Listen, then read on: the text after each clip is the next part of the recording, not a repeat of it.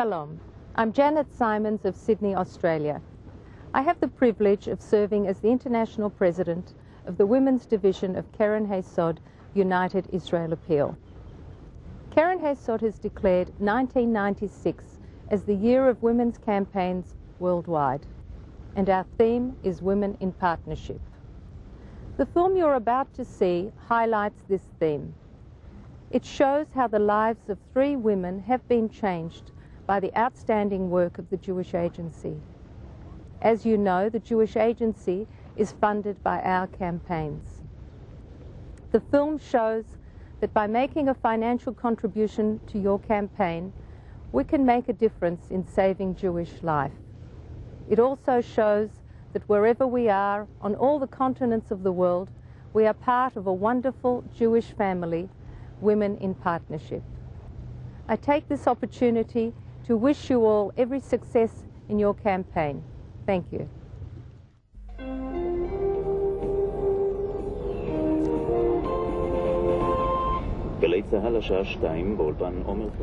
Voici l'histoire de 3 femmes, 3 nouvelles immigrantes, dont chacune est confrontée à un problème différent après son alia et son passage à la vie israélienne. Avec l'aide de l'agence juive, le Keren Hayesod est devenu un allié dans leur combat.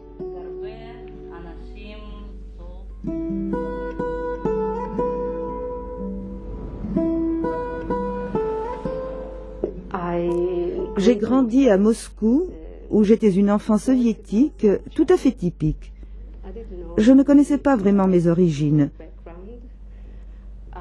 Je savais que j'étais inscrite sur tous mes papiers en tant que juive, mais je ne connaissais pas vraiment la signification de ce mot.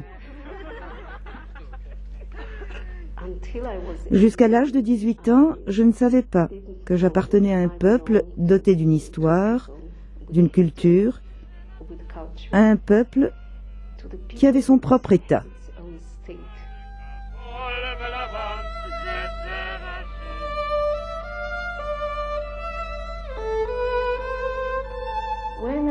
Lorsque j'ai lu des choses sur Israël et sur l'histoire du peuple juif, j'ai compris que je pouvais être fière de mon peuple.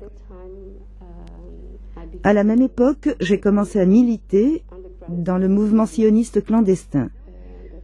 C'était à Moscou et dans d'autres endroits. J'ai été l'une des 10 premières dissidentes qui, non seulement ont été autorisées à quitter Moscou, mais littéralement expulsées. On m'a donné 5 jours pour quitter l'Union soviétique.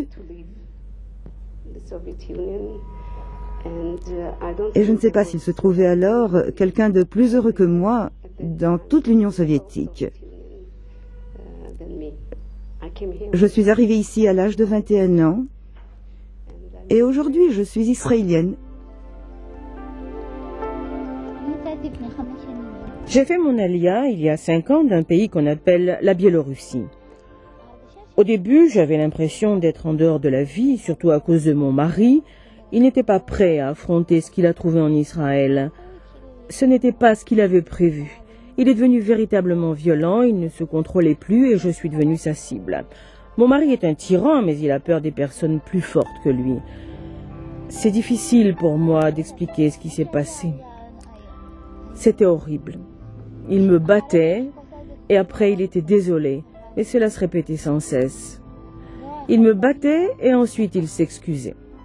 C'en est arrivé au point que je ne voulais plus vivre. Et cela m'a vraiment effrayée. Je m'étais toujours considérée comme une personne heureuse, mais tous les problèmes de mon mari m'avaient fait oublier à quoi ressemblait le rire. J'avais oublié ce qu'était le bonheur. Et puis un jour, j'ai décidé de ne plus accepter. Je voulais être traitée comme un être humain. J'étais écœurée par cette violence. Mais ce qui m'a convaincue de faire mes bagages et de partir, c'est que j'avais entendu dire qu'il existait un endroit où aller, un foyer pour les femmes battues.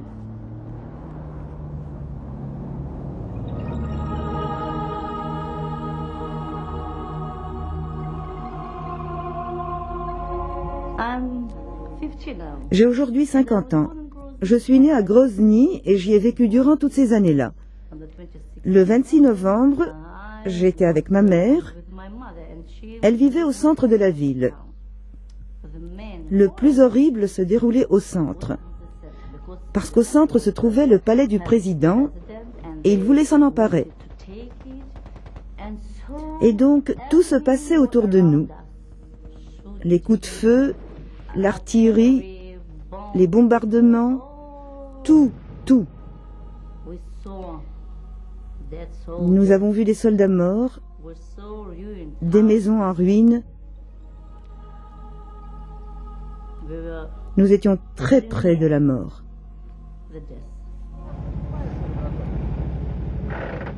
En novembre 1994, l'agence juive a commencé à évacuer les Juifs de Grozny, la capitale de Tchétchénie. Le Keren HaYesod a aidé à fournir la première aide à des centaines de réfugiés juifs en partance pour Israël. Soutien financier, aide médicale et logement. Lorsque nous sommes entrés en contact avec l'agence juive, ils nous ont tout de suite aidés. Pour un nouveau projet de l'agence juive, le Keren HaYesod finance le refuge des femmes battues à Jérusalem. Chaque année, le refuge accueille 50 femmes battues et Marina Weitzberg est l'une d'entre elles. C'est son premier retour en 2 ans.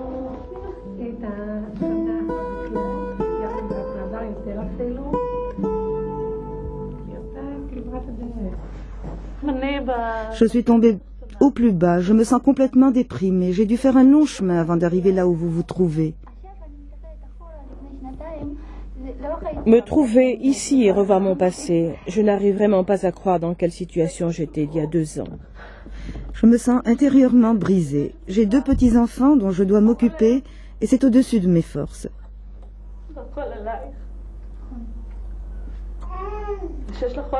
Voilà quelqu'un qui est censé être votre partenaire.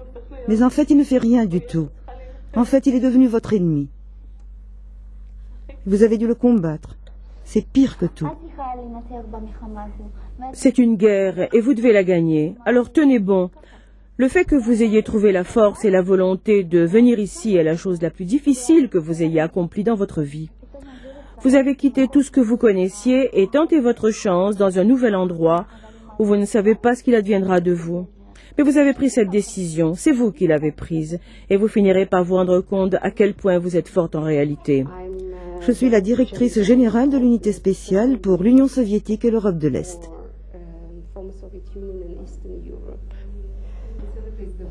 À l'agence juive, Hallel Lévi supervise le maintien des liens avec Israël d'environ 1,5 million de juifs qui demeurent encore dans l'ex-Union soviétique et l'Europe de l'Est et qu'elle encourage à faire leur alia. Pour l'agence juive et le Keren HaYesod, de tels programmes sont la priorité des priorités. Je voudrais que chaque enfant juif en Union soviétique sache aujourd'hui pourquoi on l'appelle un juif, pourquoi il est inscrit en tant que juif. Pas seulement qu'il le sache, mais qu'il en soit fier. Pendant la guerre, je n'avais rien ressenti. Mais lorsque je suis venue ici, je me suis rendu compte que physiquement, je n'allais pas bien.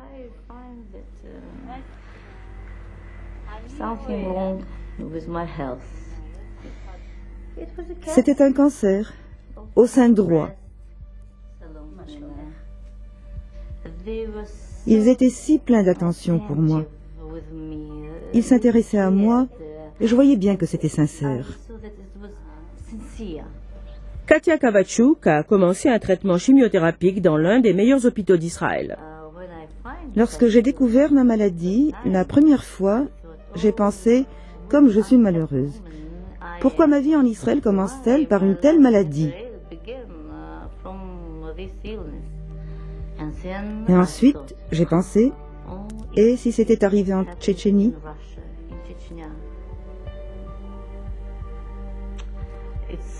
C'est horrible de penser à ce qui se serait passé. Et je me dis parfois que j'ai eu de la chance, que cela m'arrive ici, et que je sois opérée ici, où j'ai rencontré tant de personnes généreuses et gentilles.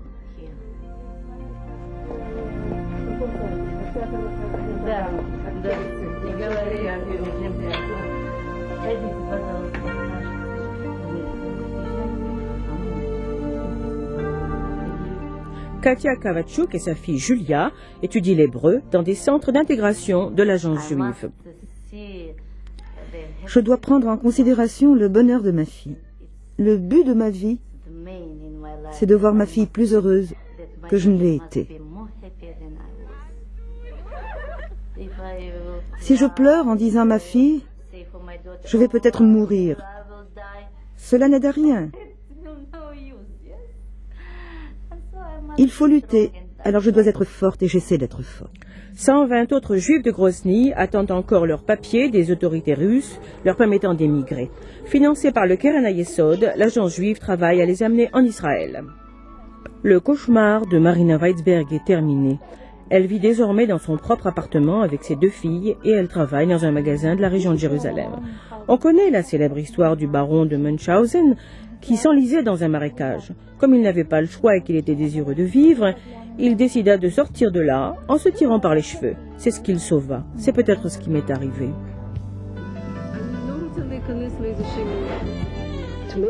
Pour faire carrière, pour avoir un bon poste, il faut lutter en permanence. Je sais que lorsque j'ai décidé d'aller en Israël, je suis devenue combative. 3 histoires d'espoir, mais la lutte continue, ce qui nécessite la poursuite de soutien et de ressources du Keren HaYesod.